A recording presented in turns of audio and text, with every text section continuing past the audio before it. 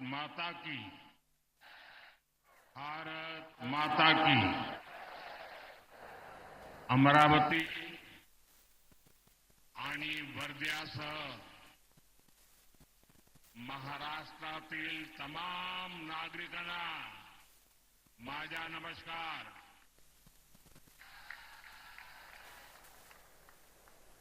2 दिन पहले ही हम सबने विश्वकर्मा पूजा का उत्सव मनाया है और आज वर्धा की पवित्र धरती पर हम पीएम विश्वकर्मा योजना की सफलता का उत्सव मना रहे हैं. आज ये दिन इसलिए भी खास है क्योंकि 1932 में आज ही के दिन महात्मा गांधी जी ने अस्पृश्यता के खिलाफ सबसे बड़े वस्त्र निर्माता थे.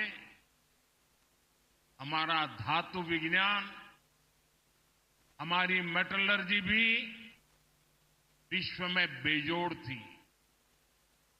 उस समय के बने मिट्टी के बर्तनों से लेकर भवनों की डिजाइन का कोई मुकाबला नहीं था. इस ज्ञान विज्ञान को कौन घर घर पहुंचाता था? सुतार, लोहार, सोनार, कुम्हार, मूर्तिकार, चर्मकार, बढ़ई, मिस्त्री, ऐसे अनेक पेशे ये भारत की समृद्धि की बुनियाद हुआ करते थे. इसलिए गुलामी के समय में अंग्रेजों ने इस स्वदेशी हुनर को समाप्त करने के लिए भी अनेकों साजिशें की. इसलिए ही वर्धा की इस धरती से गांधी जी ने ग्रामीण उद्योग को बढ़ावा दिया था. लेकिन साथियों, ये देश का दुर्भाग्य रहा कि आजादी के बाद की सरकारों ने इस हुनर को वो सम्मान नहीं दिया जो दिया जाना चाहिए था. उन सरकारों ने विश्वकर्मा समाज की लगातार उपेक्षा की. जैसे जैसे हम शिल्प और कौशल का सम्मान करना भूलते गए, भारत प्रगति और आधुनिकता की दौड़ में भी पिछड़ता चला गया. साथियों, अब आजादी के 70 साल बाद हमारी सरकार ने इस परंपरागत कौशल को नई ऊर्जा देने का संकल्प लिया. इस संकल्प को पूरा करने के लिए हमने पीएम विश्वकर्मा जैसी योजना शुरू की. विश्वकर्मा योजना की मूल भावना है सम्मान, सामर्थ्य और समृद्धि. यानी पारंपरिक हुनर का सम्मान, कारीगरों का सशक्तिकरण और विश्वकर्मा बंधुओं के जीवन में समृद्धि, ये हमारा लक्ष्य है.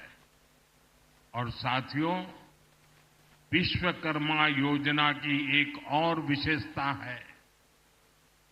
जिस स्केल पर, जिस बड़े पैमाने पर इस योजना के लिए अलग अलग विभाग एकजुट हुए हैं, ये भी अभूतपूर्व है. देश के 700 से ज्यादा जिले देश की 2.5 लाख से ज्यादा ग्राम पंचायत, देश के 5,000 शहरी स्थानीय निकाय, ये सब मिलकर इस अभियान को गति दे रहे हैं। इस एक वर्ष में ही 18 अलग अलग पैसों के 20 लाख से ज्यादा लोगों को इससे जोड़ा गया। सिर्फ साल भर में ही 8 लाख से ज्यादा शिल्पकारों और कारीगरों को स्किल ट्रेनिंग, स्किल अपग्रेडेशन मिल चुकी है।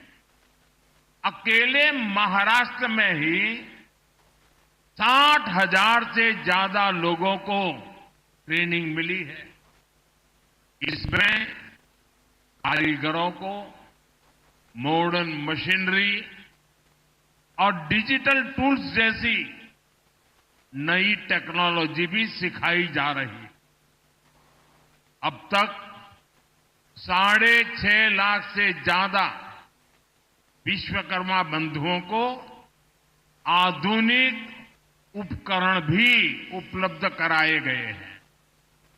इससे उनके उत्पादों की क्वालिटी बेहतर हुई है, उनकी उत्पादकता बढ़ी है।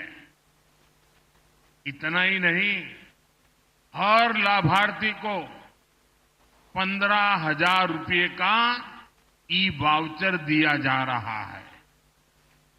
अपने व्यवसाय को आगे बढ़ाने के लिए बिना गारंटी के 3 लाख रुपये तक लोन भी मिल रहा है। मुझे खुशी है कि 1 साल के भीतर भीतर विश्वकर्मा भाई बहनों को 1400 करोड़ रुपए का लोन दिया गया है। यानी विश्वकर्मा योजना हर पहलू का ध्यान रख रही है। तभी तो ये इतनी सफल है, तभी तो ये लोकप्रिय हो रही है। और अभी मैं हमारे जीतन राम मांझी जी प्रदर्शनी का वर्णन कर रहे थे। मैं प्रदर्शनी देखने गया था। मैं देख रहा था कितना अद्भुत काम परंपरागत रूप से हमारे यहां लोग करते हैं। और जब उनको नए आधुनिक टेक्नोलॉजी टूल मिलते हैं, ट्रेनिंग मिलते हैं, उनको अपना कारोबार बढ़ाने के लिए सीड मनी मिलता है, तो कितना बड़ा कमाल करते हैं वो अभी मैं देख के आया हूं। और यहां जो भी आप आए हैं ना, मेरा आपसे भी आग्रह है कि आप ये प्रदर्शनी जरूर देखें। आपको इतना गर्व होगा कि कितनी बड़ी क्रांति आई है। साथियों, हमारे पारंपरिक कौशल में सबसे ज्यादा भागीदारी एससी, एसटी और ओबीसी समाज के लोगों की रही है। अगर पिछली सरकारों ने विश्वकर्मा बंधुओं की चिंता की होती तो इस समाज की कितनी बड़ी सेवा होती। लेकिन कांग्रेस और उसके दोस्तों ने एससी, एसटी, ओबीसी को जानबूझ करके आगे नहीं बढ़ने दिया। हमने सरकारी सिस्टम से कांग्रेस की इस दलित पिछड़ा विरोधी सोच को खत्म किया है। पिछले 1 साल के आंकड़े बताते हैं कि आज विश्वकर्मा योजना का सबसे ज्यादा लाभ एससी, एसटी और ओबीसी समाज उठा रहा है। मैं चाहता हूं विश्वकर्मा समाज इन पारंपरिक कार्यों में लगे लोग केवल कारीगर बनकर न रह जाए, बल्कि मैं चाहता हूं वे कारीगर से ज्यादा वो उद्यमी बने, व्यवसायी बने। इसके लिए हमने विश्वकर्मा भाई बहनों के काम को एमएसएमई का दर्जा दिया है। वन डिस्ट्रिक्ट वन प्रोडक्ट और एकता मॉल जैसे प्रयासों के जरिए पारंपरिक उत्पादों की मार्केटिंग की जा रही है। हमारा लक्ष्य है कि ये लोग अपने बिजनेस को आगे बढ़ाएं। ये लोग बड़ी बड़ी कंपनियों की सप्लाई चेन का हिस्सा बने। इसलिए ओएनडीसी और जीईएम जैसे माध्यमों से शिल्पकारों, कारीगरों और छोटे कारोबारियों को अपना बिजनेस बढ़ाने में मदद का रास्ता बन रहा है। ये शुरुआत बता रही है जो वर्ग आर्थिक प्रगति में पीछे छूट रहा था, वो विश्व की तीसरी सबसे बड़ी अर्थव्यवस्था में अहम रोल निभाएगा। सरकार का जो स्किल इंडिया मिशन है वो भी इसे सशक्त कर रहा है।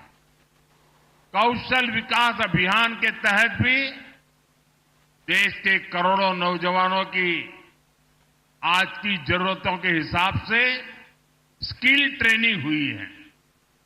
स्किल इंडिया जैसे अभियानों ने भारत की स्किल को पूरी दुनिया में पहचान दिलानी शुरू कर दी थी।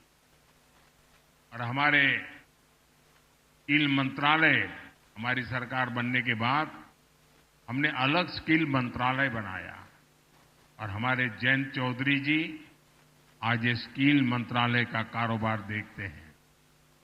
उनके नेतृत्व में इसी साल फ्रांस में वर्ल्ड स्किल्स पर बहुत बड़ा आयोजन हुआ।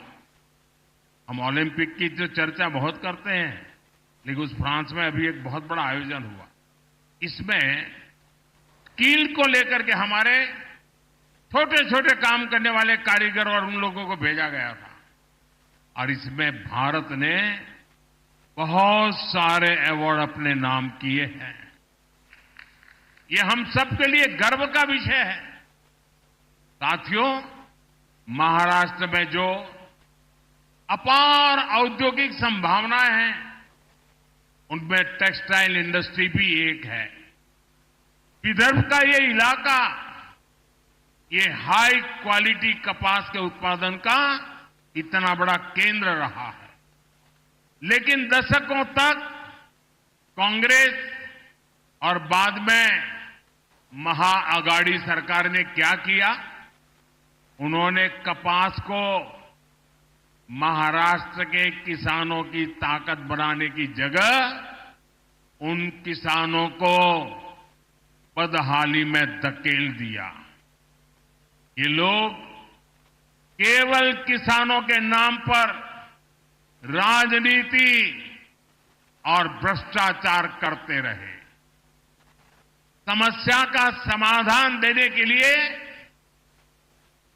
काम तब तेजी से आगे बढ़ा जब 2014 में देवेंद्र फडणवीस जी की सरकार बनी थी। तब अमरावती के नांदगांव खंडेश्वर में टेक्सटाइल पार्क का निर्माण हुआ था। आप याद करिए, तब उस जगह के क्या हाल थे। कोई उद्योग वहां आने को तैयार नहीं होता था, लेकिन अब वही इलाका महाराष्ट्र के लिए बड़ा औद्योगिक केंद्र बनता जा रहा है। साथियों, आज पीएम मित्र पार्क पर जिस तेजी से काम हो रहा है, उससे डबल इंजन सरकार की इच्छा शक्ति का पता चलता है। हम देश भर में ऐसे ही 7 पीएम मित्र पार्क स्थापित कर रहे हैं। हमारा विजन है fibre, fibre to fabric, fabric to fashion, fashion to foreign.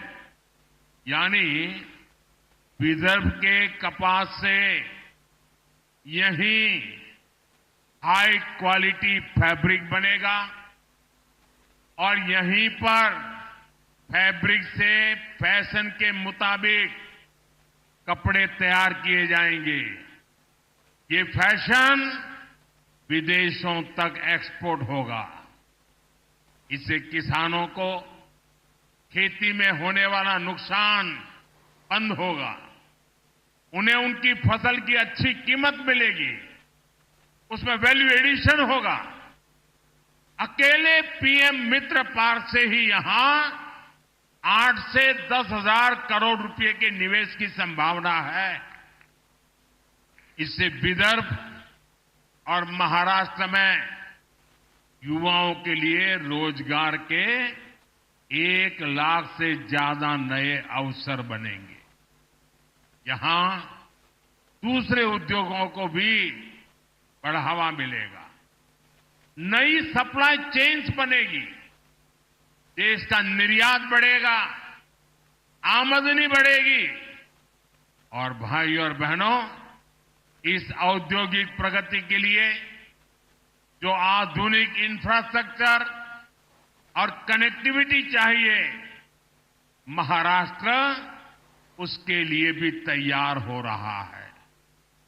नए हाईवेज, एक्सप्रेसवेज, समृद्धि महामार्ग, वाटर और एयर कनेक्टिविटी का विस्तार, महाराष्ट्र नई औद्योगिक क्रांति के लिए कमर कस चुका है। साथियों, मैं मानता हूं महाराष्ट्र की बहुआयामी प्रगति का अगर कोई पहला नायक है तो वो है यहां का किसान।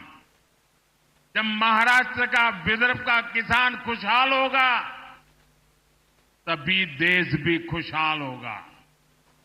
इसलिए हमारी डबल इंजन सरकार मिलकर किसानों की समृद्धि के लिए काम कर रही है। आप देखिए, पीएम किसान सम्मान निधि के रूप में केंद्र सरकार 6,000 रुपये किसानों के लिए भेजती है। महाराष्ट्र सरकार उसमें 6,000 रुपया और मिलाती है। महाराष्ट्र के किसानों को अब 12,000 रुपया सालाना मिल रहा है। फसलों के नुकसान की कीमत किसान को न चुकानी पड़े, इसके लिए हमने 1 रुपये में फसल बीमा देना शुरू किया है। महाराष्ट्र की एकनाथ शिंदे जी की सरकार ने किसानों का बिजली बिल भी 0 कर दिया है। इस क्षेत्र में सिंचाई की समस्या के समाधान के लिए हमारी सरकार के समय से ही कई प्रयास शुरू हुए थे, लेकिन बीच में ऐसी सरकार आ गई जिसने सारे कामों पर ब्रेक लगा दिया। इस सरकार ने फिर से सिंचाई से जुड़े प्रोजेक्ट्स को गति दी है। इस क्षेत्र में करीब 85,000 करोड़ रुपए की लागत से वैनगंगा, नलगंगा नदियों को जोड़ने की परियोजना को हाल ही में मंजूरी दी गई है। इससे नागपुर, वर्धा, अमरावती, यवतमाल, अकोला, बुल्डाना, इन 6 जिलों में 10 लाख एकड़ जमीन पर सिंचाई की सुविधा मिलेगी। साथियों, हमारे महाराष्ट्र के किसानों की जो मांगे थी, उन्हें भी हमारी सरकार पूरा कर रही है।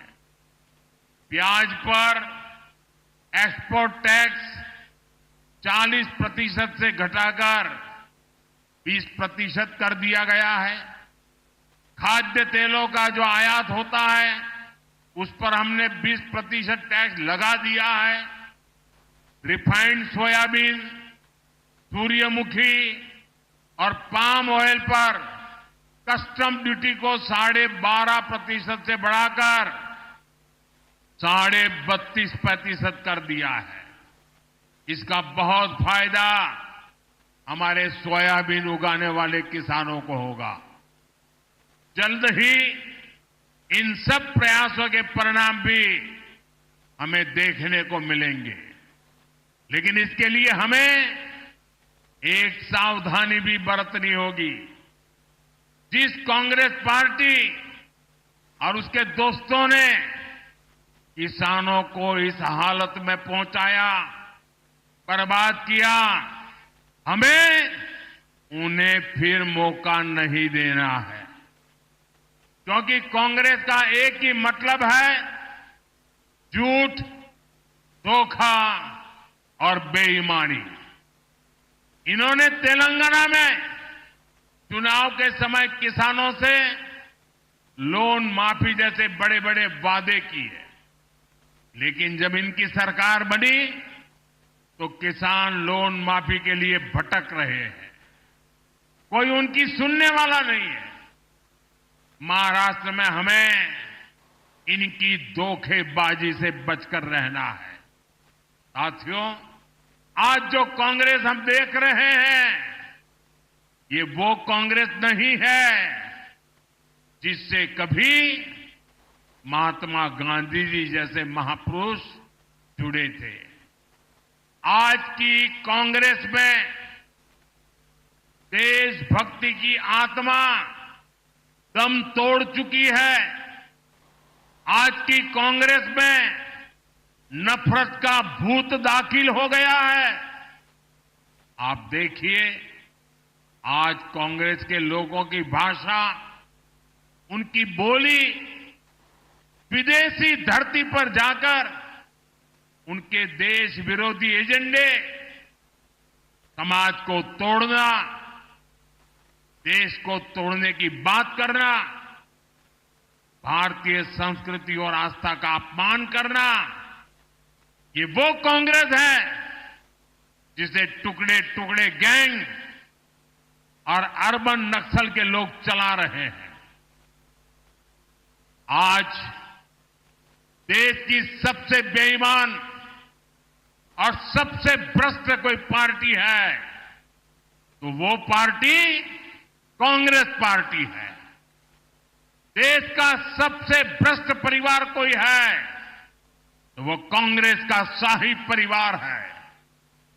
साथियों, जिस पार्टी में हमारी आस्था और संस्कृति का जरा सा भी सम्मान होगा वो पार्टी कभी गणपति पूजा का विरोध नहीं कर सकती।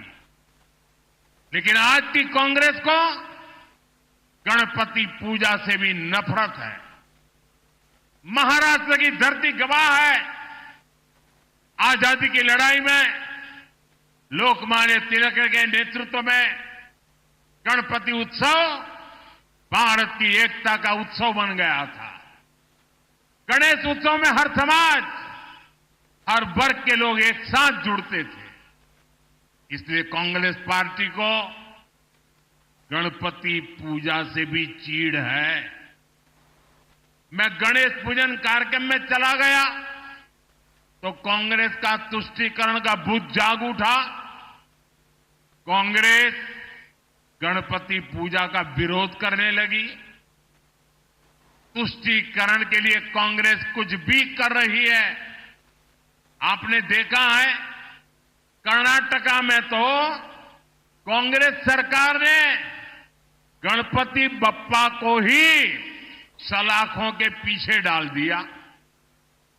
गणपति की जिस मूर्ति की लोग पूजा कर रहे थे उसे पुलिस वैन में कैद करवा दिया। महाराष्ट्र गणपतीची आराधना करीत होता आणि कर्नाटकात गणपतीची मूर्ती पुलिस वैन मध्ये होती।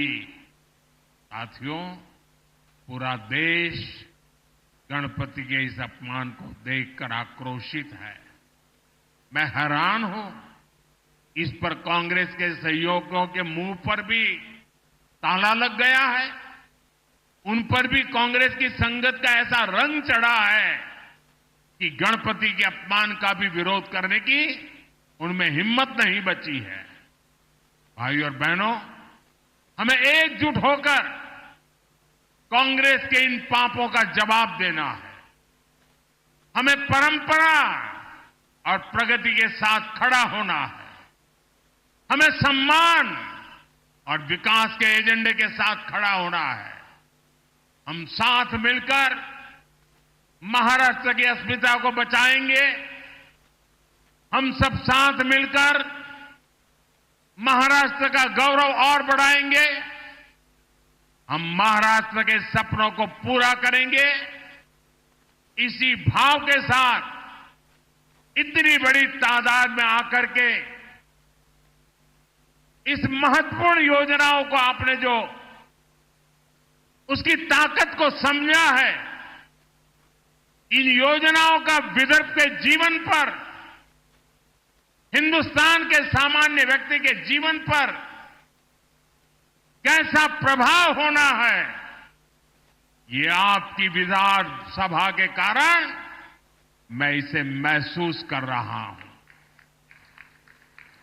मैं एक बार फिर सभी विश्वकर्मा साथियों को, विदर्भ के और महाराष्ट्र के सभी मेरे भाई बहनों को बहुत बहुत बधाई देता हूं। मेरे साथ बोलिए, भारत माता की। दोनों हाथ ऊपर करके पूरी ताकत से, भारत माता की, भारत माता की।